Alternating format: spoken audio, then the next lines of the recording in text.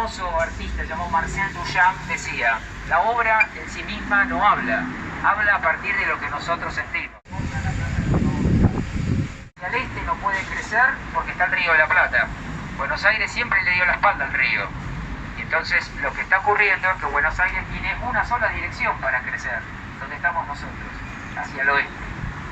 La avenida Rivadavia, otro día definimos si es una avenida o una calle, hoy no lo vamos a hacer, continúa pasando la General Paz, se transforma en ruta y llega hasta Luján, llega hasta La Reja, llega hasta Moreno inclusive.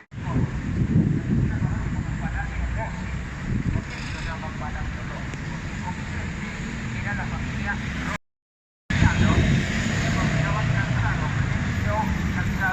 para los infantes. Hay como una especie de alitas en la parte superior y eso denota que Virginio Colombo venía del norte de Italia, porque hay muchos elementos que ustedes los pueden apreciar en el norte de Italia. Muy bien, en Venecia.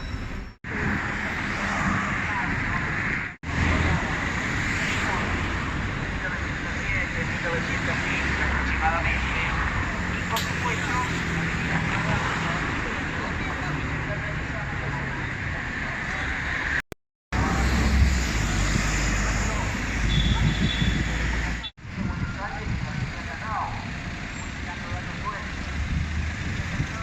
este edificio, muy difícil de entender y está en un estado bastante de abandono también. Fíjense que tiene un basamento, un desarrollo y en la parte superior un coronamiento. El basamento está todo alterado. Está claro que era un showroom o era una planta baja en donde había exposición de maquinaria.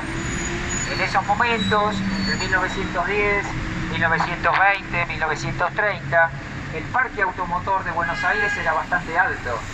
A mí me gustan mucho los autos, doy clases de historia del diseño automotriz y la cantidad de autos que había acá en la Argentina, las más pueden aludir a, pero no son elementos. Acá no detecto ni un orden dórico, ni un jónico, ni un corintio. Por donde lo vean, el edificio no es clásico. Por donde lo vean, el edificio no utiliza lenguaje clasicista. La la vuelta, una maravilla. Los arquitectos que diseñaron un edificio de esquina no es tan... Suena bastante insólito, ¿no? Porque cuando uno ve esta fachada, eso demuestra que muchos arquitectos descollaron la etapa académica. Es necesario que entiendan algo. De la nada, nada sale. Tiene que haber un antecedente, tiene que haber alguna tradición, tiene que haber alguna formación. Somos seres humanos, tenemos memoria histórica, no venimos de la nada. Después, si querés, hablamos de entender es que todos estos arquitectos tenían una gran formación clásica. Se formaban en academias, se formaban en escuelas de arquitectura. Gaudí también se formó en una. Lo que ocurre es que no se formaban en escuelas más bien clásicas, en la École des Beaux-Arts de París, que es de donde se formaba la mayoría de los arquitectos. Tienen un basamento, un desarrollo y una coronación. Fíjense las columnas. Fíjense que son unos órdenes compuestos. ¿Por qué son órdenes compuestos? Primero, orden es columna. Orden es sinónimo de estilo. Fíjense que el capitel es compuesto. Capitel es lo que corona una columna. Capitel viene de capita. Capita significa cabeza. Decapitar significa sacar la cabeza. Fíjense, ¿ya cuántos son, Germán? Sí, una banda. Una banda. Relájense y miren esa fachada. Estamos en la calle Hipólito Yrigoyen.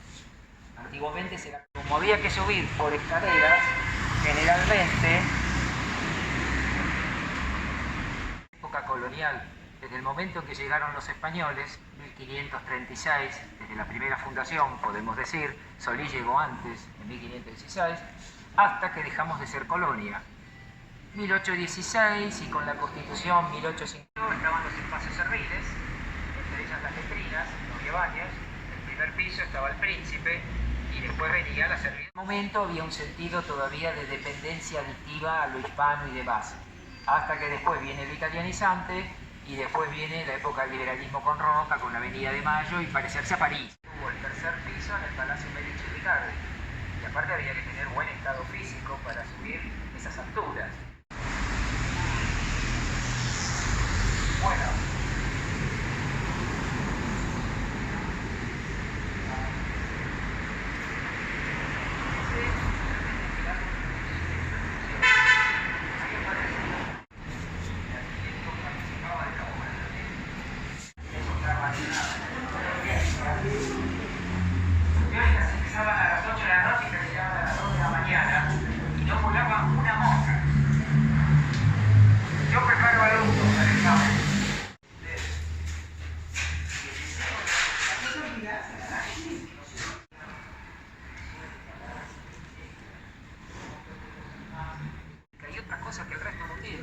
saben ver, ven cosas que otros no ven.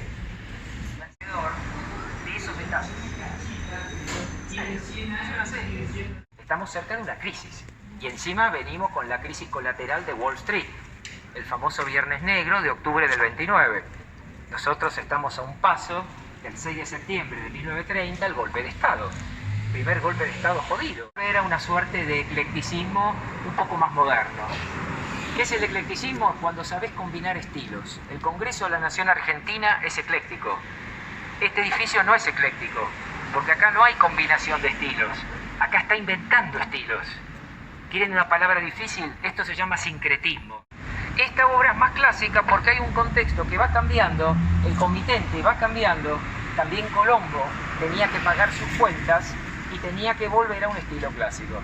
Por eso cuando yo a veces me junto con amigos, filósofos y teóricos y demás, y hablamos de Colombo y estos arquitectos, trazamos una línea de tiempo y nos ponemos a decir, bueno, pará, tenemos un Colombo entre 1910 y 1916, que es un Colombo más loquito, más liberty, más floreable, más expresionista, buenísimo. Y después tenemos un Colombo que tenía que comer. Entonces el tipo baja y genera una arquitectura mucho más ecléctica.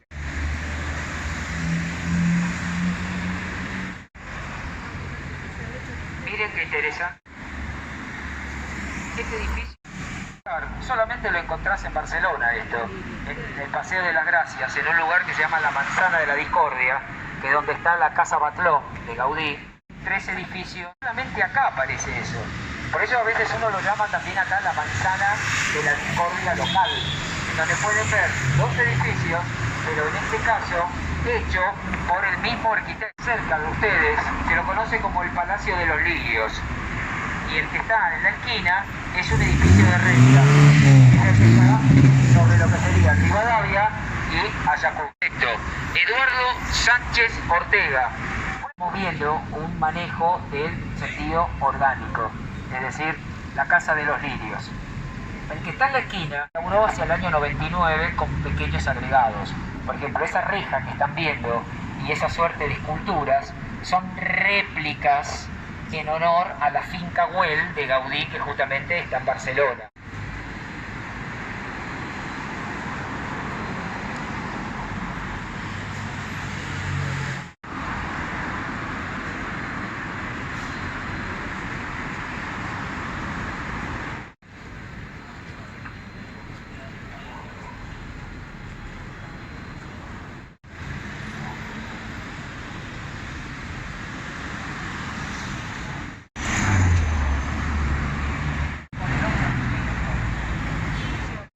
Que no se construya ningún edificio entre ambos. Ornamentado, la fachada es como que se dilata, la fachada es como que pide presencia. En algunos puntos, esta fachada nos recuerda al barroco, por ejemplo. Por eso el tema de la fachada es uno de los temas más atractivos en la historia de la arquitectura. Este edificio es modernista, está dentro del Art Nouveau.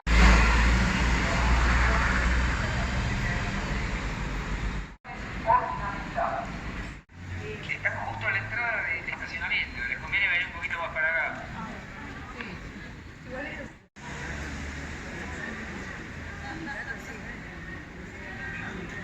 Este es el famoso Cine Teatro Empire, década del 20, década del 30, olvídense los años ahora. Y fíjense qué interesante es la gran diferencia con el Art Nouveau.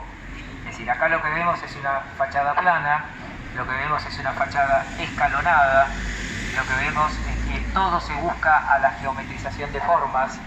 Fíjense incluso las águilas y los elementos referenciales. Se está acercando más al valor plano. Es la antítesis de la Casa de los Lirios, por ejemplo, y es la antítesis de las obras de Colombo.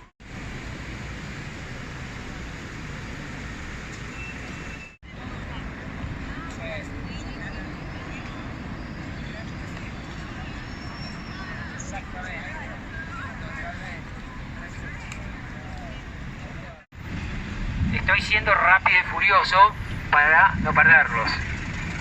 Obviamente el molino que está a mis espaldas, Callao y Rivadavia, se inaugura el 9 de julio de 1916, la fecha clave. La hizo un arquitecto que se llama Francesco Gianotti, uno de los más grandes, que además hizo la Galería Güemes. ahí en la calle Florida. La Galería Güemes, en 1915, fue el edificio más alto de Buenos Aires, hasta que vino el Barolo.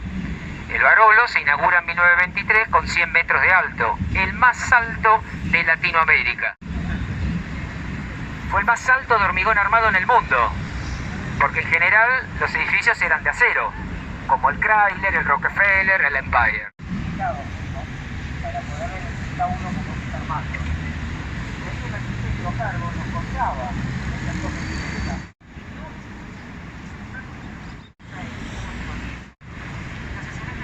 la cúpula está escalonada, que parece como desproporcionada, pero cuando la vean desde la Plaza de Mayo van a ver que toma forma. ¿Por qué? Porque el edificio fue pensado para rematar el contrapunto de poder entre la Casa de Gobierno, Poder Ejecutivo y Poder Legislativo. Hay aproximadamente 15 cuadras, 1.5 kilómetros, entre una línea y la otra. Y se ve perfectamente. Y Diagonal Norte fue diagramada para rematar en Plaza Lavalle, Poder Judicial. Y Diagonal Sur, históricamente, iba a llegar hasta donde hoy está el ex edificio de Obras Públicas, que es el que tiene la cara de Evita.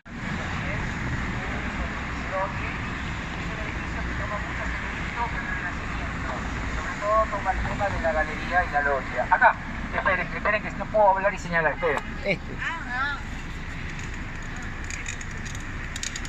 Fíjense cómo aparece después del basamento lo que sería la galería. Los italianos.